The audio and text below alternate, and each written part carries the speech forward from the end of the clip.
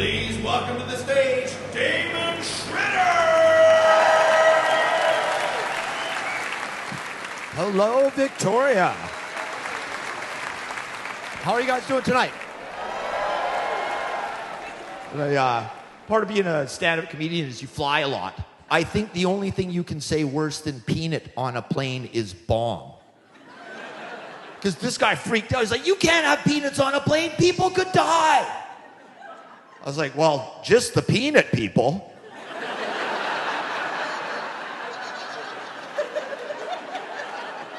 Yeah, you can't kill me with a peanut, right? At least on a plane, there's definitely not enough peanuts on a plane to kill me, for sure, right? Maybe if you put me in the bottom of a grain silo and began to fill it with peanuts, you might get me depending on how well I can climb that day, but I'm basically pretty peanut-proof on a day-to-day basis. Like, you could take me to a baseball game and everything, I'm fine. Right? But that's where we are in society. Over the last 25 years, we know that there's peanut people out there. So we know you can't have peanuts on planes and that. But I think the peanut people were always around. Yeah, but we just didn't know it. Right? Like I think back in the day, some guy ate, like back in the dark ages, some guy ate a peanut and he was like, and he went down. And people were like, holy fuck, Black Plague got him. Right? Because there was so many things killing people back then. They didn't even think peanut was a possibility. And then as we eradicated diseases, it slowly moved up the chart. Until one day a German scientist rubbed it on a guy and he exploded. And he's like, the peanut's a killer!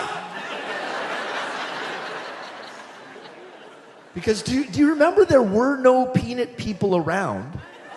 And then they just slowly started appearing.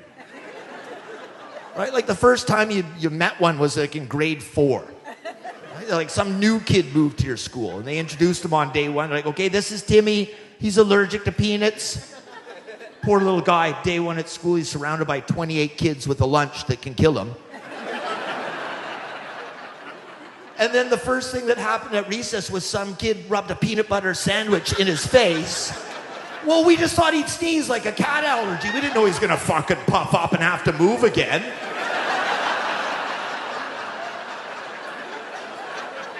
The peanut kid was always the new kid. He just had to keep moving till he came to a honey and jam town.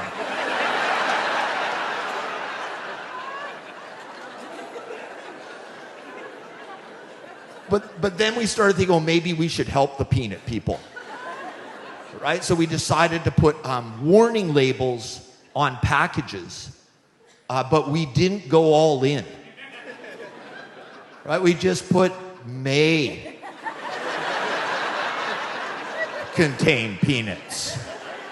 We're like, we're not really sure, but we're all pretty curious.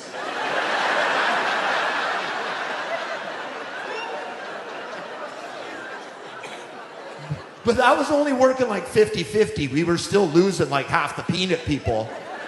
So we got pretty serious about it. Science got involved. We invented EpiPens, right? So now the peanut people carry an EpiPen with them, and then if they have a peanut, they puff up. You shiv them with the EpiPen, they deflate. Right? Like the peanut people have never lived this long. They are flourishing under these conditions. They are everywhere. They were this close to extinction. And now they outnumber the gingers. It's been a fantastic crowd. Enjoy the rest of the show. I'm the Damon Shredder.